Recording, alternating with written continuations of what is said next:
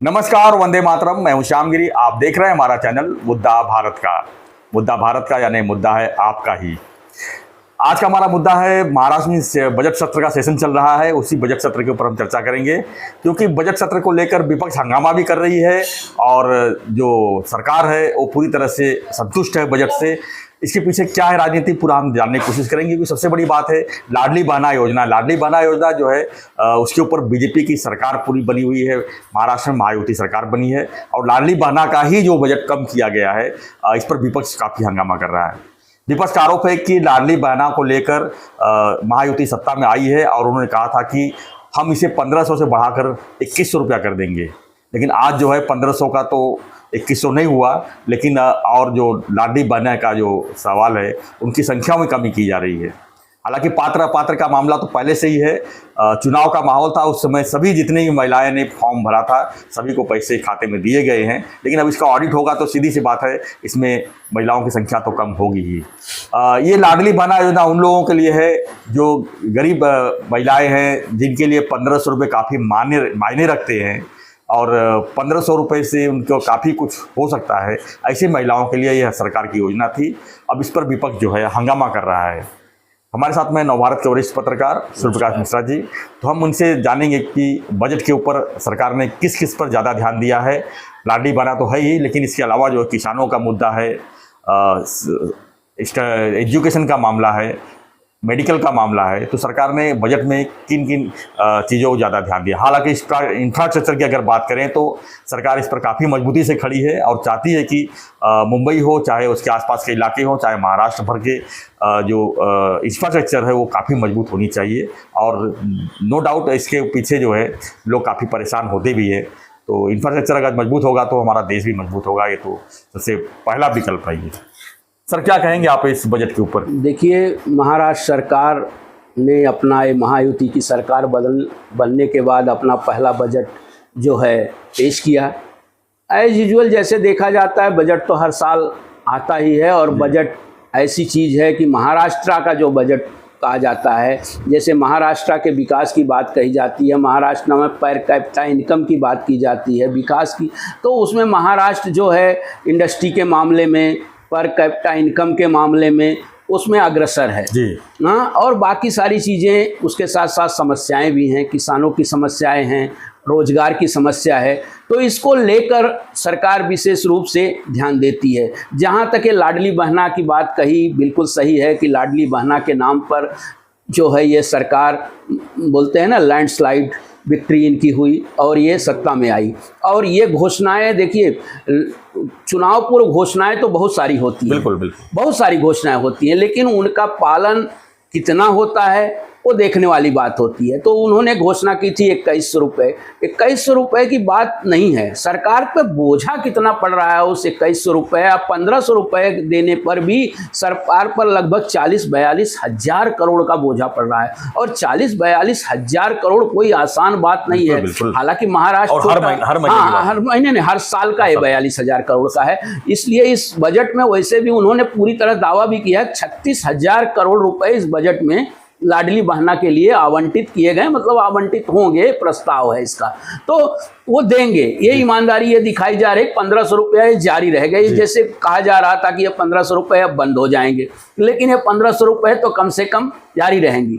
और ठीक है, 2100 रुपये का उन्होंने वादा किया था, तो 2100 रुपया तो नहीं, उसमें और भी कमी आएगी। मतलब जैसे आपने कहा कि अब फिर से उसकी जांच पड़ताल चल रही है, उसका ऑडिट चल रहा है, होना ही चाहिए, बिल्कुल होना चाहिए। तो ये जो 36,000 करोड़ है ये भी जमा करना सरकार के लिए एक टेढ़ी खीर है। ये कहाँ से 36,000 करोड़ आएंगे, इसको तो सरकार को सोचना है, वित्त मंत्री को सोचना है, मुख्यमंत्री को सोचना है, उप मुख्यमंत्री को सोचना है। लेकिन रही बात जैसे आपने कहा इंफ्रास्ट्रक्चर पे निस्संदेह इस सरकार सबसे अच्छा काम पूरे देश में इंफ्रास्ट्रक्चर पर अगर कहीं हो रहा है तो ये यहाँ महाराष्ट्र मुंबई MMR में हो रहा है। आप देखिए, प्रधानमंत्री जी ने कहा है ना 5 ट्रिलियन इकोनॉमी, 5 ट्रिलियन इकोनॉमी से कम 1.5 ट्रिलियन इकोनॉमी की क्षमता केवल मुंबई और MMR रखता है। मतलब उसका समझ लीजिए करीब 30% जो प्रधानमंत्री का वो सपना है 5 ट्रिलियन इकोनॉमी का, तो 30% केवल मुंबई और एमएमआर में क्षमता है, वो अपना योगदान दे सकता है। इसलिए बार बार इसका जो है उल्लेख जो है उप मुख्यमंत्री एकनाथ शिंदे जी करते हैं, मुख्यमंत्री देवेंद्र फडणवीस जी करते हैं। तो ये क्षमता है, इस क्षमता को बढ़ाने के लिए वो विशेष प्रयास करना चाह रहे हैं कि जितना ज़्यादा यहाँ का इंफ्रास्ट्रक्चर बढ़ेगा उतने ज़्यादा रोजगार के अवसर भी पैदा होंगे और इससे इसको इकोनॉमी को बूस्ट मिलेगा, क्योंकि मुंबई ये देश की आर्थिक राजधानी है। देश की आर्थिक राजधानी होने के नाते इसकी जिम्मेदारी भी बहुत ज़्यादा है, लेकिन इसके साथ साथ समस्याएं भी हैं। उन समस्याओं से कैसे सुलझेंगे, जैसे किसानों की समस्या है, रोजगार की समस्या है। वो कहते हैं कि रोजगार भाई हम ज़्यादा से ज़्यादा संख्या में जब इंफ्रास्ट्रक्चर बढ़ेगा तो रोजगार भी बढ़ेगा, लेकिन थोड़ा उसका होता है उलट। कुछ मुद्दे भी हैं, राजनीतिक मुद्दे हैं, बाहर से लोग आते हैं, बड़ी संख्या में आते हैं, तो उनका एक अलग मुद्दा है कि इससे रोजगार यहाँ के लोगों को कितना मिलेगा, स्थानीय लोगों को रोजगार में कितनी वृद्धि होगी, या किसानों की वो है। बिजली का मुद्दा है, अभी देखिए इतने गर्मी शुरू हो गई है, अभी से कटौती शुरू हो गई है, तो ये बिजली मतलब महाराष्ट्र का एक ऐसा वातावरण है ना सर कि यहाँ पे चीज़ों की मांग भी उतनी ही ज़्यादा है और खर्च भी उतने ज़्यादा है। हर चीज़ों पे अभी उन्होंने छोटे छोटे खर्च घटा के मतलब उसको पूर्ति करने की कोशिश की है, लेकिन उससे मुझे नहीं लगता पूर्ति होगी। अभी उन्होंने मुख्यमंत्री ग्राम सड़क परियोजना शुरू की का प्रस्ताव तो पहले का ही प्रस्ताव था, एकनाथ शिंदे जी के भी समय में वो आया और उसके पहले भी आया था। तो उसमें 7000 किलोमीटर के रास्तों का कंक्रीटीकरण करेंगे वो, तो उसके लिए 8000 करोड़ की व्यवस्था करनी है। हाँ, विपक्ष ने ये कहा कि पूर्व जो पाटिल जी हैं, उनके क्या नाम है, राष्ट्रवादी कांग्रेस के शरद पवार पार्टी के गुट नेता हैं पाटिल जी, उन्होंने कहा, जयंत पाटिल जी ने कहा कि भाई इतने पैसे लाओगे कहाँ से, आप तो घोषणा 40,000 करोड़ की देते हो और उसमें 10,000 करोड़ के भी आप उसके लिए प्रस्ताव नहीं करते, तो ये योजनाएं पूरी कैसे होंगी? ये योजनाएं चरणबद्ध तरीके से पूरी होंगी। देखिए थोड़ा बहुत बजट में होता है, उसके गहराई में जाएंगे तो थोड़ा बहुत फर्क निकल आएगा। गाड़ियों के ऊपर टैक्स बढ़ाया गया, गाड़ियों के ऊपर टैक्स जो बढ़ाया गया है 1%, जरूर CNG गाड़ी हो या ये अपना इलेक्ट्रिक व्हीकल पर भी उन्होंने 7% टैक्स लगा दिया है। बिल्डरों के जो इक्विपमेंट होते हैं निर्माण कार्य में, उनमें एक साथ भरने की उन्होंने किया है। इसलिए भरने के किया कि इक्विपमेंट जो आते हैं ना, तो वो इक्विपमेंट एक बार आए तो पुराने हो गए तो उसके बाद उसको टैक्स भरा ही नहीं जाता है। तो सरकार ने इस दिशा में, हाँ ये है। सबसे बड़ी बात आपको बता दूं, उन्होंने विधायकों की निधि में कटौती कर दी है। बिल्कुल। मतलब विधायकों को 35% निधि मिलेगी, 70% निधि लगभग उनकी काट दी है, 5 करोड़ से 1.5 करोड़ की निधि मिलेगी। खर्चे बढ़ गए तो आएगा कहाँ? और उस पर सवाल भी उठाए जा रहे हैं, लेकिन सवाल उस तरीके से नहीं, उस गति से नहीं, उस ध्वनि से नहीं उठ रहे हैं, क्योंकि 240 से 50 से 40-42 विधायक इनके पास हैं, बच्चे 40-45 विधायक विपक्ष के पास, तो वो उतनी संख्या में सर विधानसभा और विधान परिषद का मिला के 300 के ऊपर, हाँ 350 लगभग हो गया। तो 350 विधायक 1000 करोड़ रुपया उसमें सीधा उन्होंने कम कर दिया है। हालांकि मुख्यमंत्री जी ने कहा कि ये सब एक जोड़ के इस राशि को एक जगह इस तरह से खर्चा किया जाएगा ताकि दिखाई दे। मतलब विधायक को मतलब जो राशि दी जाती है 5 करोड़, उसका कोई हिसाब किताब सरकार के पास वो नहीं होता। वो अपने तरीके से खर्च करते हैं, जहां जरूरत लगती है वो अपने मतलब एक तरीके से कहा जाए तो खुश करने के लिए, कार्यकर्ताओं को खुश करने के लिए एक तरीके का वो निधि होती है। तो वो उसमें जो उन्होंने रोक लगाने की कोशिश की है। कैसे खुश होते सबको पता है, तो कैसे, लेकिन ये है कि विधायक की अपनी निधि है, वो भी अपने तरीके से जनता को के सुविधाओं के लिए खर्च करना चाहते हैं। इसको लेकर तो बहुत सारा बहस हो सकता है, लेकिन जहाँ तक बजट की बात है, संतुलित बजट बनाने का उन्होंने प्रयास किया है। 11वीं बार बजट पेश किया है अजीत दादा ने। अजीत दादा को पूरा अनुभव है और अजीत दादा के बारे में कहा जाता है कि जो कुछ है थोड़ा सा हकीकत के नज़दीक उनकी चीज़ें आती हैं, जो कहते हैं वो करते हैं। और कुछ योजनाओं, अब इसमें ये भी चल रहा है कि कुछ योजनाओं में कटौती की गई है। मुख्यमंत्री जब थे एकनाथ शिंदे जी, जो योजनाएं उन्होंने शुरू की थी उसमें कुछ कटौती करने का प्रयास किया, और अपना राजनीति का विषय है। कटौती कम ज़्यादा योजनाओं में होती रहती, कुछ योजनाएं वापस भी ली जाती, लेकिन उनकी भी योजनाओं को काफ़ी पैसा दिया गया है। थाने के लिए, एमएमआर के लिए जो उनके पुराने प्रस्ताव थे, जो योजना रिंग मेट्रो है या कोस्टल रोड वगैरह के लिए है, तो उसमें पैसे दिए गए हैं। हाँ, पर्यटन पे उसमें बहुत ज़्यादा इस सरकार का ध्यान है कि पर्यटन से क्या होगा, थोड़े रोजगार भी बढ़ेंगे और व्यवस्था भी होगी। किलों के संरक्षण हैं, बाकी तो देखिए प्रतीकों की राजनीति तो होती रहती है, तो उस राजनीति के तहत भी और थोड़ा पर्यटन को बढ़ावा देने के तहत भी ये सारी चीज़ें उन्होंने की है। तो कुल मिलाकर बजट जो है कोई बहुत नयापन तो नहीं है,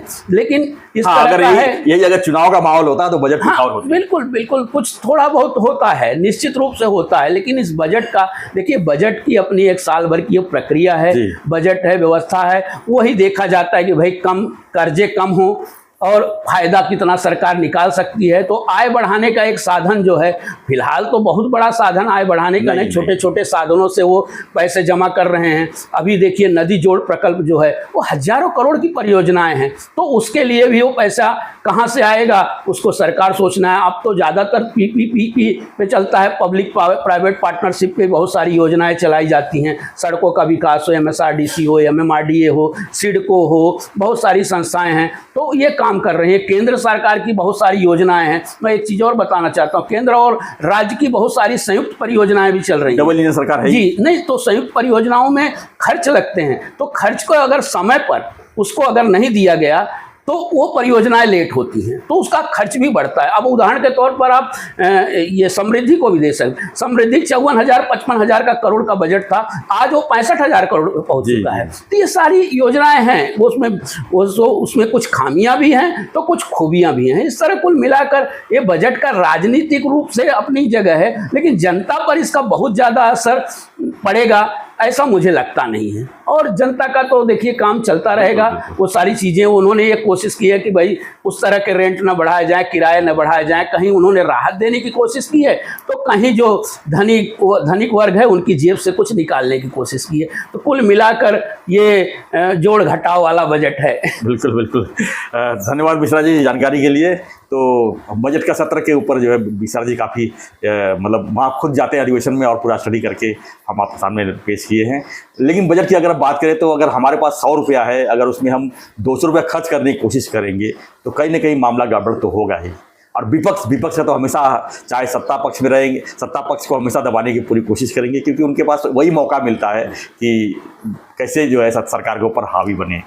सबसे बड़ा सवाल ये उठता है कि जिस मुफ्त की योजनाएं तो शुरू होती हैं, लोगों को बहुत अच्छा लगता है, चाहे लाडली बहना योजना हो, चाहे समृद्धि योजना हो, चाहे और भी योजनाएं हो, मुफ्त में पैसे मिल जाते हैं, मुफ्त में राशन मिल जाते हैं। लेकिन वो पैसे सरकार कहाँ से लेके आएगी, ये भी सबसे बड़ा सवाल उठता है।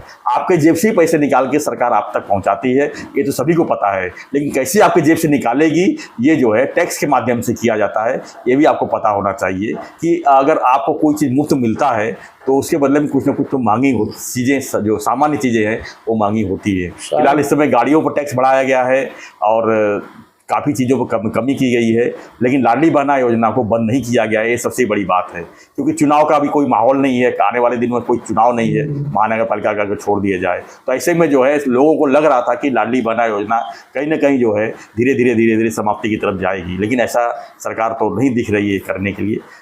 फिलहाल फ्रेंड्स, आपकी कोई प्रतिक्रिया होगा और आपको लगता है कि बजट में कुछ ऊपर नीचे हुआ है तो हमें ज़रूर सुझाव दीजिए और बने रहिए हमारे साथ, देखते रहिए हमारा चैनल मुद्दा भारत का। चैनल को लाइक, शेयर और सब्सक्राइब जरूर कीजिए।